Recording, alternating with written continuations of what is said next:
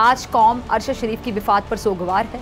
उन्होंने सच बोलने की आखिरी कीमत अपनी जान की सूरत में अदा की। उन्होंने कहा कि अरशद शरीफ के बयानात और शवाहिद की जांच के लिए अदालती तहकीकात का आगाज़ किया जाना चाहिए। हम में से तकरीबन हर शख्स ने ये सुना ही होगा कि सच कड़वा होता है, लेकिन ये नहीं सुना होगा कि यही कड़वा सच जानलेवा भी हो सकता है, किसी की जान भी ले सकता है।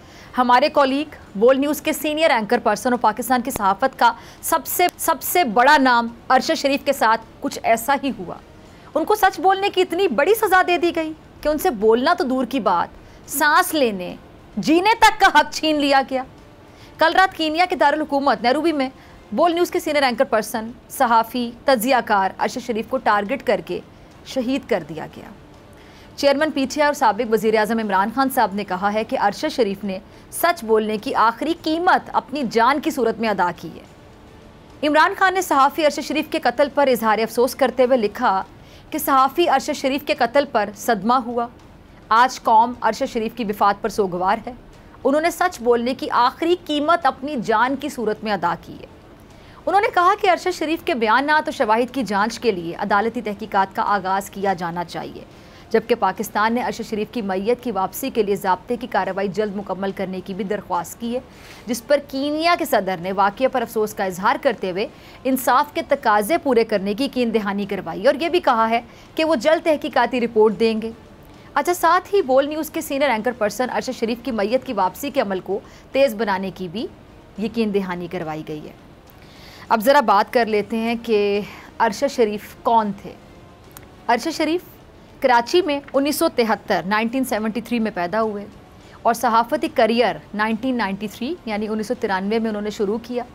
अंग्रेज़ी अखबारात और टीवी चैनल से सहाफ़ती ज़िम्मेदारियां निभाने का आगाज़ करने वाले अरशद शरीफ ने अपने करियर में बेइंतहा मकबूलियत पाई और सबसे ज़्यादा शोहरत अरशद शरीफ को निजी टीवी के प्रोग्राम पावर प्ले से मिला, जहाँ वो बतौर टीवी मेज़बान बेहद मकबूल हुए। बहुत लोग उनके प्रोग्राम को देखते थे और 2012 में अरशद शरीफ को आगाही अवार्ड और 2019 में सदारती तमगा बराए हुस्न कारकर्दगी भी दिया गया था। अच्छा, 11 साल पहले 2011 में अरशद शरीफ के वालिद मोहम्मद शरीफ जब बनू में तैनात थे तो उनका इंतकाल हुआ और बनू से रावलपिंडी जाते हुए दहशतगर्दों ने अरशद शरीफ के भाई अशरफ शरीफ को भी निशाना बनाया और शहीद कर दिया। अरशद शरीफ एक जानदार सहाफ़ी थे, जानदार तज्ज़ियों की वजह से और मुल्क के हालात हाज़रा पर बेलाग तबसरों के बायस बहुत ज़्यादा मकबूल थे और बहुत ज़्यादा उन्होंने शोहरत हासिल की, वो कामयाब हुए। कहा जाता है कि अरशद शरीफ धमकियों से ना डरते हुए हमेशा खुलकर साथ दिया करते थे और अरशद शरीफ का नाम सहाफ़त की तारीख़ में हमेशा याद रखा जाएगा, यादगार रहेगा। उन्होंने पाकिस्तानी और बैनुल-अक़वामी नशरियाती इदारों के लिए रिपोर्टिंग भी की और मुतादिद सियासतदानों की करप्शन से जो आप कहें कि नकाब कुशाई भी की, करप्शन को बेनकाब भी किया। अगर आपको ये वीडियो पसंद आई तो सब्सक्राइब करें और बेल आइकन पर क्लिक करें।